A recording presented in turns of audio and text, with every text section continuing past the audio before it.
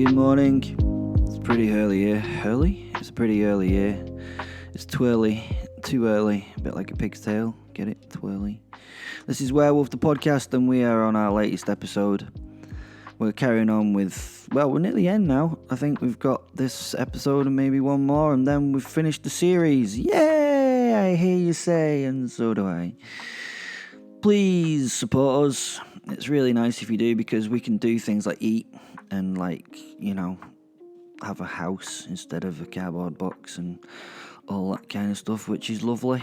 So, to all those that are supporting us, you are the greatest, because you are. You can find links in the description with the podcast that will support all of us. So go for it. You can join us on Werewolf the Podcast, the group from Facebook. You can find us on Instagram and TikTok, and is it called X now, or Twitter or whatever? So come and join the party. Honestly, you lunatics deserve to find other lunatics to speak with. Okay, let's get back to the story.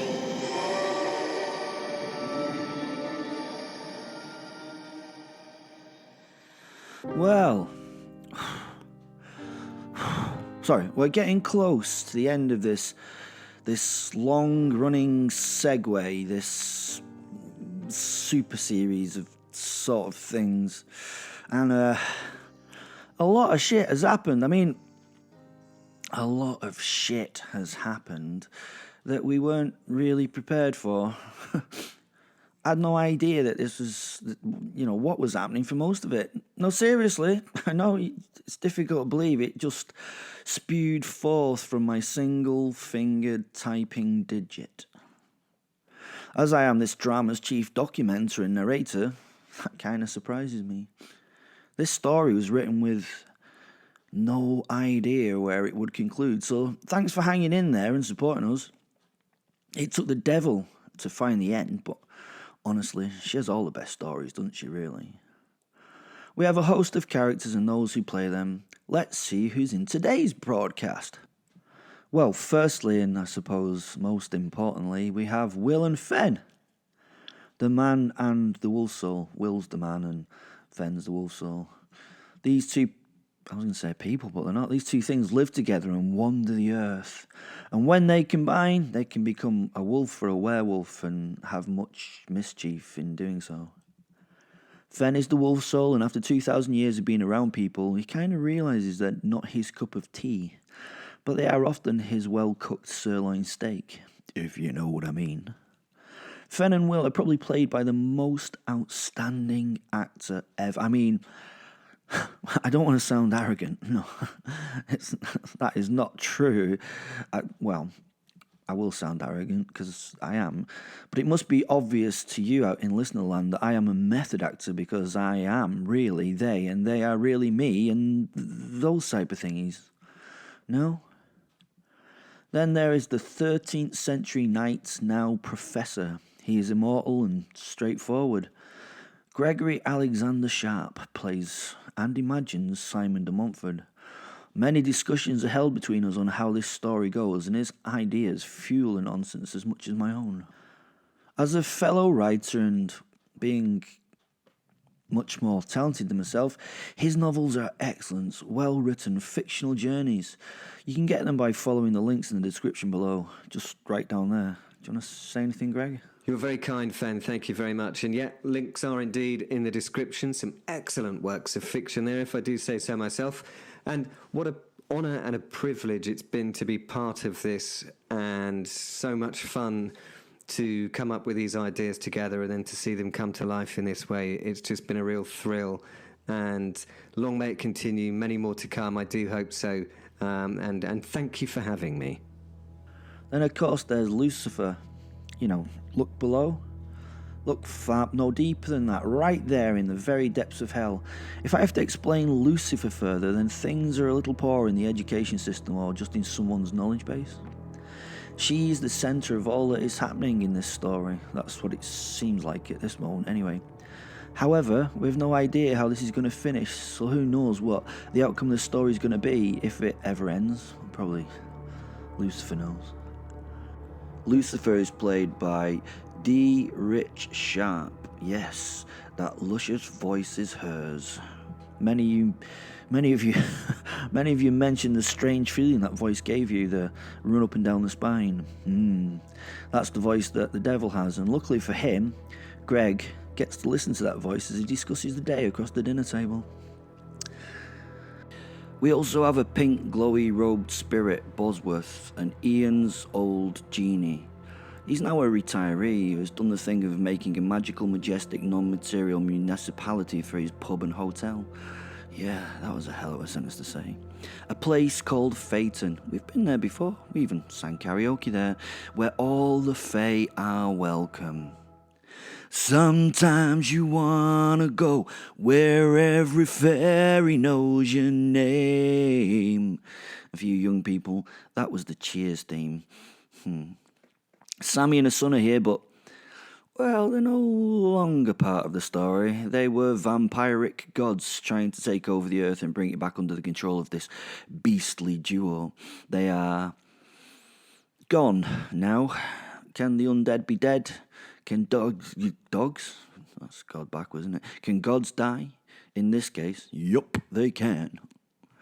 Sally and the pups. Yeah, wee Sally has arrived back from not another plane, but the other end of the universe where she was put by the devil. Well, she wasn't actually put there by the devil. The devil had to move the universe around Sally. That is how bloody minded the young woman is. And that's why I love her. Sounds strange, isn't it? She's played by Yvonne Pollock, and it's her that inspired me to create the character that she plays. Take from that what Yvonne is like. Okay, back to the scene. Bosworth has granted the Professor his second wish to restrain all the werewolves present. The Professor has a job to do. He was given a second chance at life as long as he undertook a life of penance. He was given a second chance to get into the very halls of heaven. He would get to that heavenly place only if he became a good fellow. He had not been previously, a good fellow. You could go back and listen to the previous episodes or just spend a little time on Wikipedia to find out what he did. Well, he did a lot of killing and murders and was not really a very nice man, especially to the Jewish people. Thank God things have changed.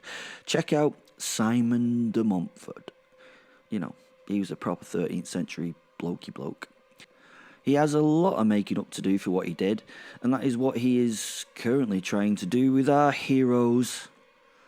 I suppose they're not heroes, are they? They're quite vicious and horrible. Anti-heroes. No, anti-villains. That'll do. Will and Fen.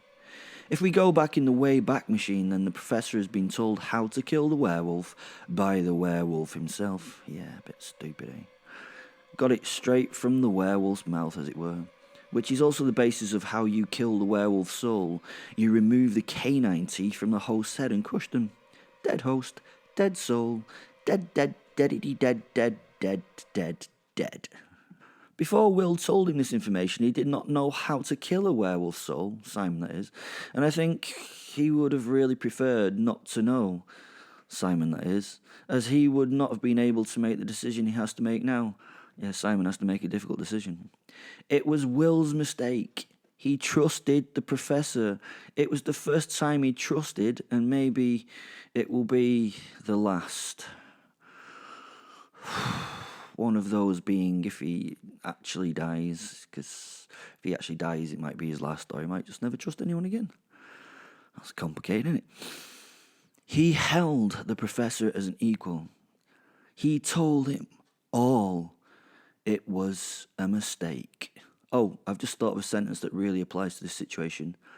The Professor had been given great power over Will, and with great power comes great responsibility. I'm sure I've heard that somewhere before. Come on, old chap. Let's continue with the story, shall we?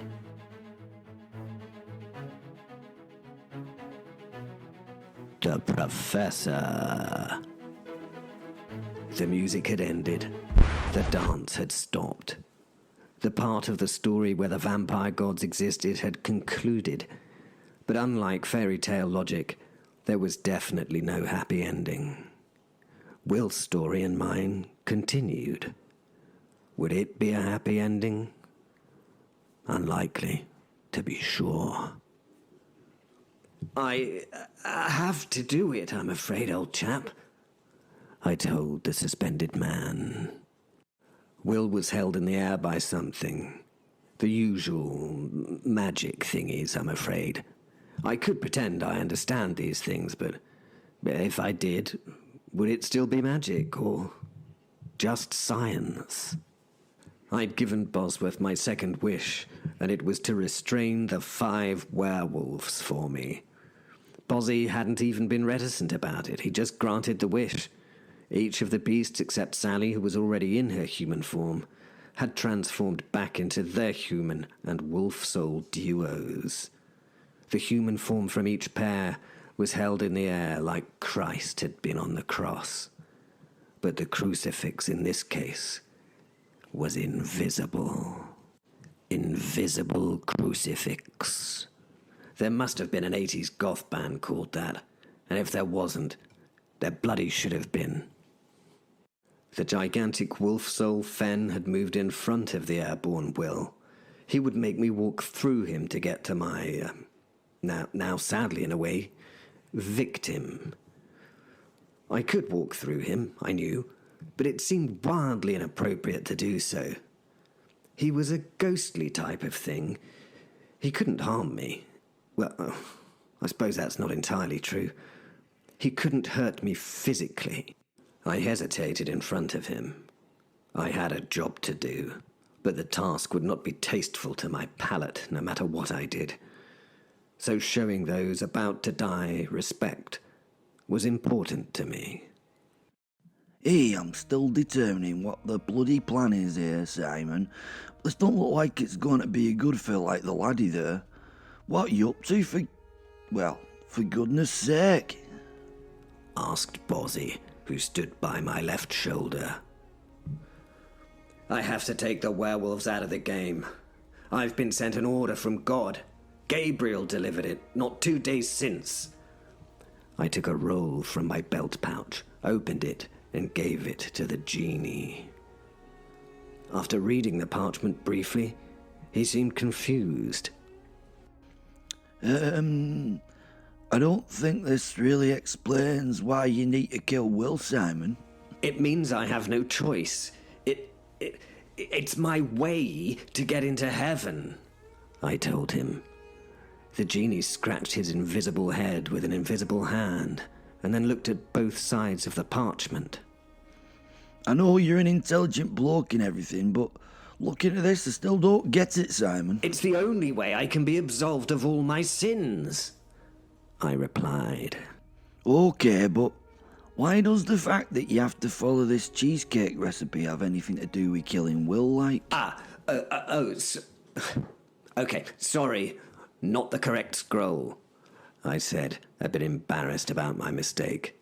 It does make scrumptious treats, though, and there's no cooking involved either. Even I can produce excellent results, and I'm not too good at the timing thing with modern ovens. I fumbled through my belt pouch again to find the message and pass it to the genie. He took it and read the following. To get to heaven, me son, you must enfoul the unholy one. You must kill a black-hued wolf and send its soul into the pitiless gulf. Yours with love, God. Poetic to the genie. You see, I have no choice in this. I have to do it, I told him, evidently in some anguish.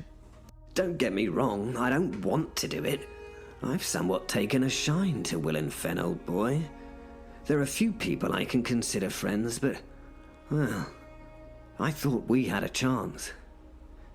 Gosh, God really knows how to be cruel sometimes. So, you're finding it bloody hard to do killing then, are you, lad? He asked. There was a difficult silence between the genie and me. I could tell that he had more to add to the conversation, was a bit unsure of how to do so. What? I asked, a little harshly. Why didn't thou just get me to kill Werewolf with a wish? He asked. I sat and thought about it. Of course that's what I should have done. I like to think of myself as intelligent, so having made such a simple mistake was a little annoying. I wouldn't have had to have done anything myself. It would have just been done for me. To be honest, Bozzy, never thought of it. Feel a bit foolish now. That probably would have been the answer, though, eh? That'll be your third wish then, won't it? Asked Bozzy. No, I should leave that in reserve. I've got a feeling, I said, turning to Lucifer, who was still with us and watching, that this might all turn out to be a bit of a farce. I may need that other one to get, unstuck, as it were. All right, well, that's right, gradely then, lad. I tell you what, I'm going to pop off to home for a bit. Flicent girls get worried. I can't watch you do this. I really can't. Just give me a shout if you need me, yeah? He went quiet, as if in consideration. I know it ain't my job to give advice, but I think it's appropriate in this case for you, me friend. If there's any advice I could give you, he said. That is your friend, he said, pointing at Wil. He had faith in you, you know. Think about what you do. If you do this, then you can never have a friend again. It won't be fair on them, No one will be able to trust you. If you do this, Simon, you are worse than her. In my eyes, he said, pointing at the figure of Lucifer. The genie then disappeared in a poof. A pink puff. A pink puff sounds better. I felt a turmoil of emotions flood my brain. What was I supposed to do? Wil was a murderer, a persecutor, a horror on this planet, capable of things that could not be permitted to continue. But then, on the other hand, he was also my best friend. I'd made the mistake of letting this man get close to me. Yet again, I would have to murder a friend for God. Lucifer giggled. This disturbed me, and when I turned towards her, she covered her mouth and stifled any further amusement. Oh, you look exhausted, Simon, she said as she slinked towards me and placed her index finger on my shoulder guard. All these huge decisions are based on what? Good and evil. Is it the greater good that you work towards? Are the needs of the many before the few? Or do you do this for yourself? Or do you need to do as you are told to get your reward? She faked confusion for a moment. The finger on my shoulder dragged down the armor plate before going to her mouth as though she was in deep thought. Wait, what is the greatest gift that God gives you? Free will. The ability to choose your path. Seems that path has been chosen for you. She laughed. I sighed. She had a decent point, and my chin dropped towards my chest. I smiled, then laughed at the ridiculous, unwinnable situation I found myself in. Oh, wait a minute. You are choosing, huh? She said, as though she'd suddenly come to a moment of realization. Yes, you choose to put yourself before everyone else, right? Goodness, I almost missed that. I didn't even appreciate that you put yourself first. It's all about you and your wants and needs. She smiled and stood up straight to deliver a round of applause. You are an evil, malicious, selfish bastard for God. She was impressed. Wunderbar. I suppose even he needs to have people like you to do the work that his pretty angels won't do. We all need someone willing to be violent and without personal recourse. You are a hound of heaven. A hound of heaven. Well trained and willing to do anything to sniff an afterlife. She was being cantankerous, but I didn't care. I had no choice where and when I was born, did I? The life I was thrown into was the one I think anyone would have had prescribed to them. I was born a noble of England, and as such was taught that power was the be-all and end-all, that the politics of the world was based on birth, monarchy. Pah! I had to change that to gain my power. Power is what we all seek, is it not? The greatest things I regret were done at the will of others to gain power and respect. I was a young soul. I wanted to be accepted, so I did what I could to garner that acceptance. As I now am going to kill a friend.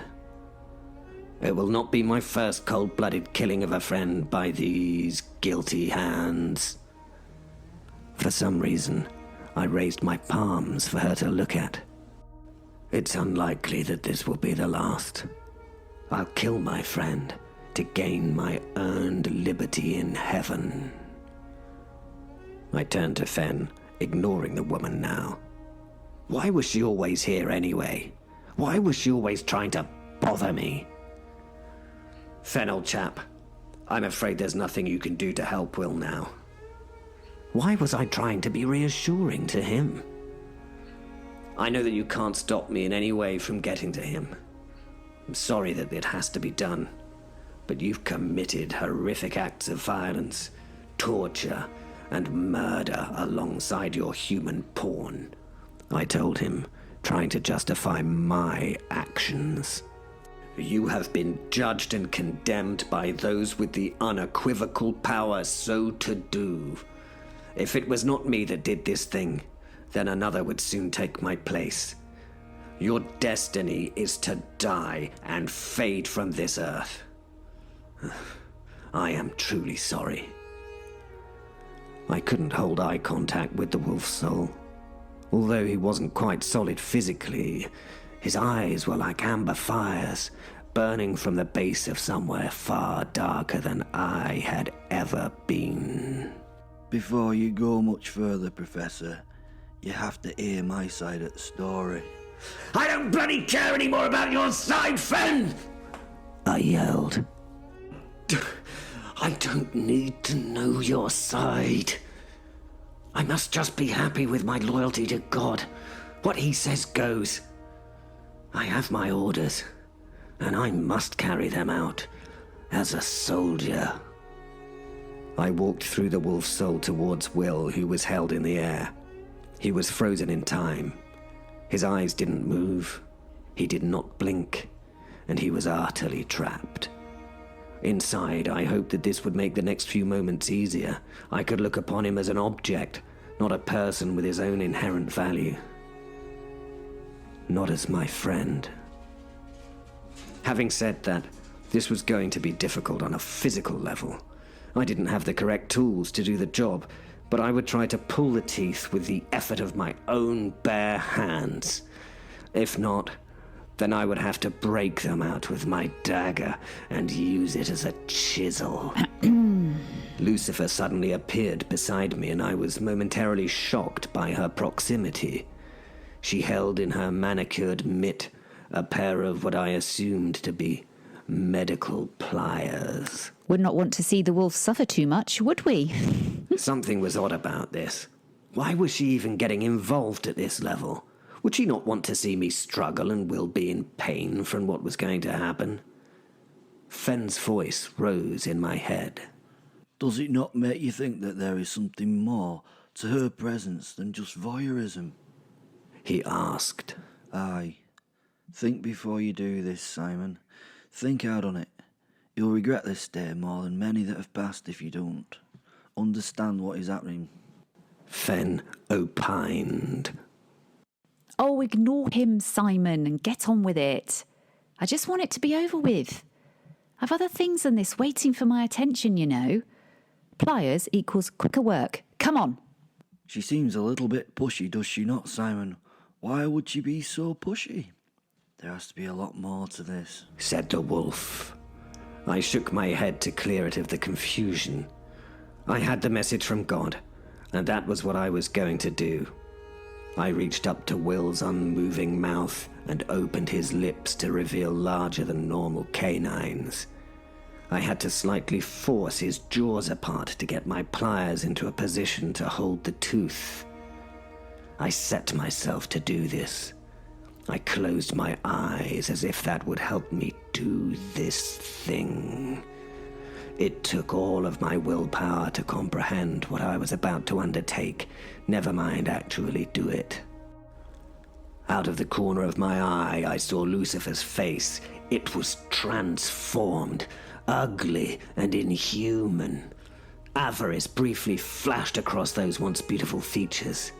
Her excitement at the act about to happen was utterly apparent. And she drooled.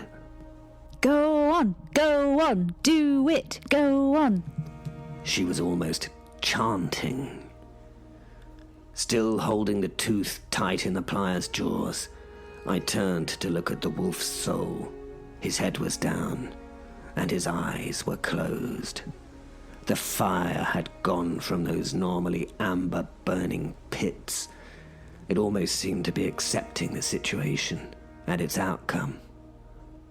In the back of my mind, something begged Fen to stop me, to somehow make me not do this.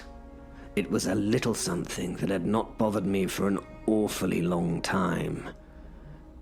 It was my conscience. His head lifted. The fires relit. But it was too late.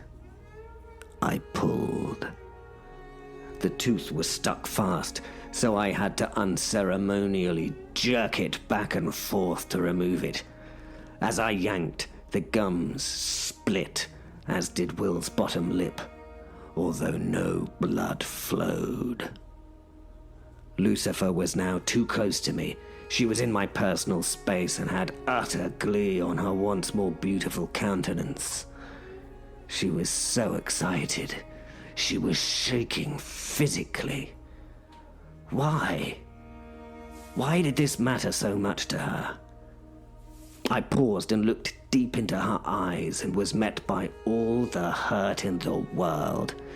It was though it was stored there, and it was apparent that the hurt gave her joy. Crush it! Crush it now! She ordered in a guttural tone. And for some reason, I did. As the tooth crumbled, a burst of energy somewhat uncomfortably ran up my arm to my shoulder. It numbed it for a moment. It felt like I had lain on it, and it had gone to sleep. But soon, pins and needles made me realize all was good. So whose orders are you following then, Simon? Whose orders are you really following? Popped into my head from the wolf soul Fen. Realization of the point of that pointed question struck me hard. I shook my head with a smile at the answer. I laughed and nodded at the soul. Ha ha ha ha! I seem to be following hers, Fen. I smirked as I spoke. I seem to be following your orders, dear Lucifer. Is that not so? She was nonplussed as she was shook from the revelry of what was happening. What? She quickly said, trying to fill an uncomfortable moment so she could think of an answer. I saw it. I felt her control fade for a moment. Lucifer began, but was shut down as I raised a hand to shush her. Did you hear that? I raised a hand and shushed the devil. I did that. I now wanted to listen to what the soul would say. What are we, Simon? Asked the wolf soul. It was a rhetorical question, but it aligned my mind in a new direction. We are the same. You, Will, and I. We're something unnatural yet, the most natural thing that can exist. What are we?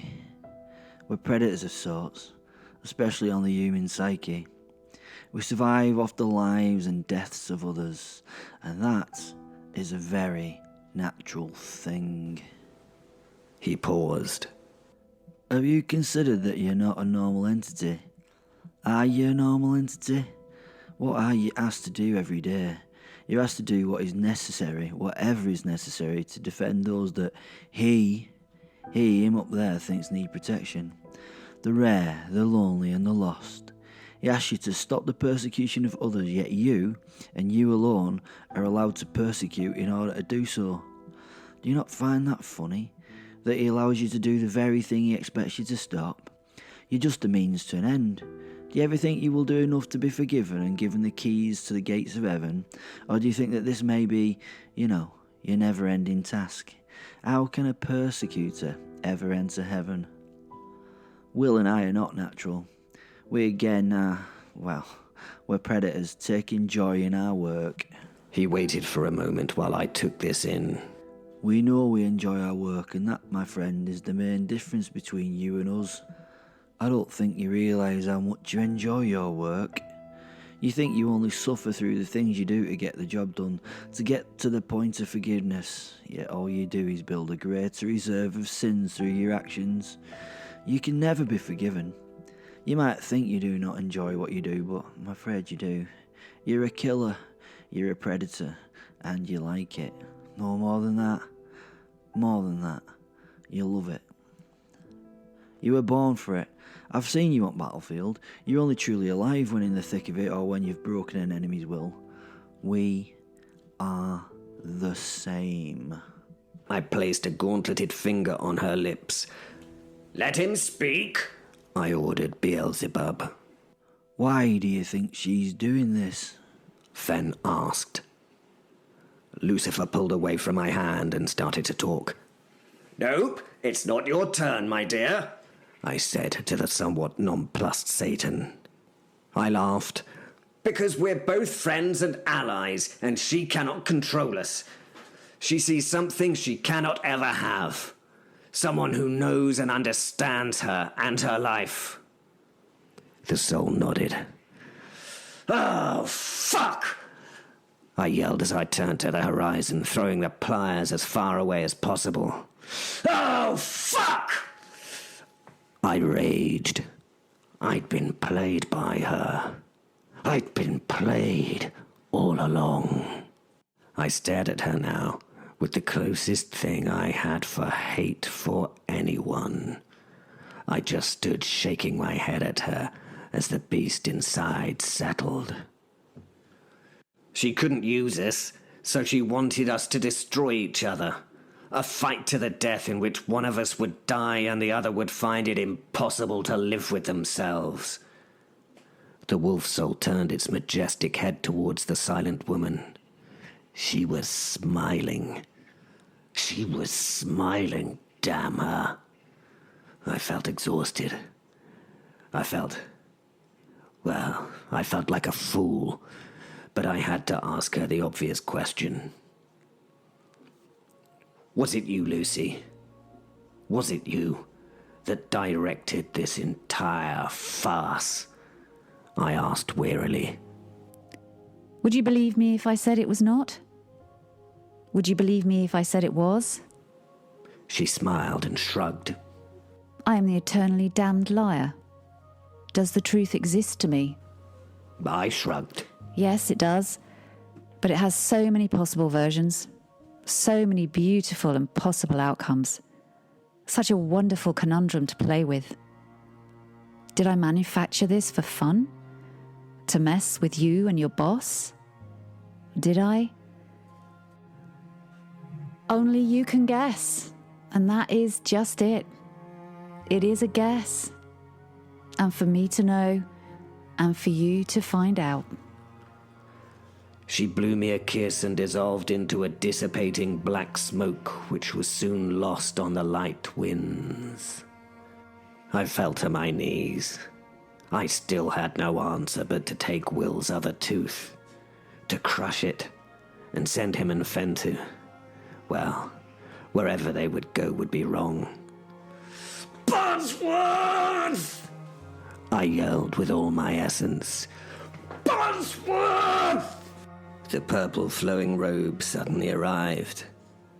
"I'm here, Simon." "Please release them and get me the hell out of here. I'm done." "Where does that want to go?" he asked. I think you know the answer to that," I said. The hooded robe nodded. "Before you go, lad, can I just tell you, well bloody done," said Bosworth. I smiled as I sat on my backside in the ruin that had been created. How could anyone look at this as a good thing? death and destruction were evident everywhere, and Fen had been right. I'd loved every goddamn moment of it. Thank you, I replied to the hovering djinn, and I genuinely meant it. Then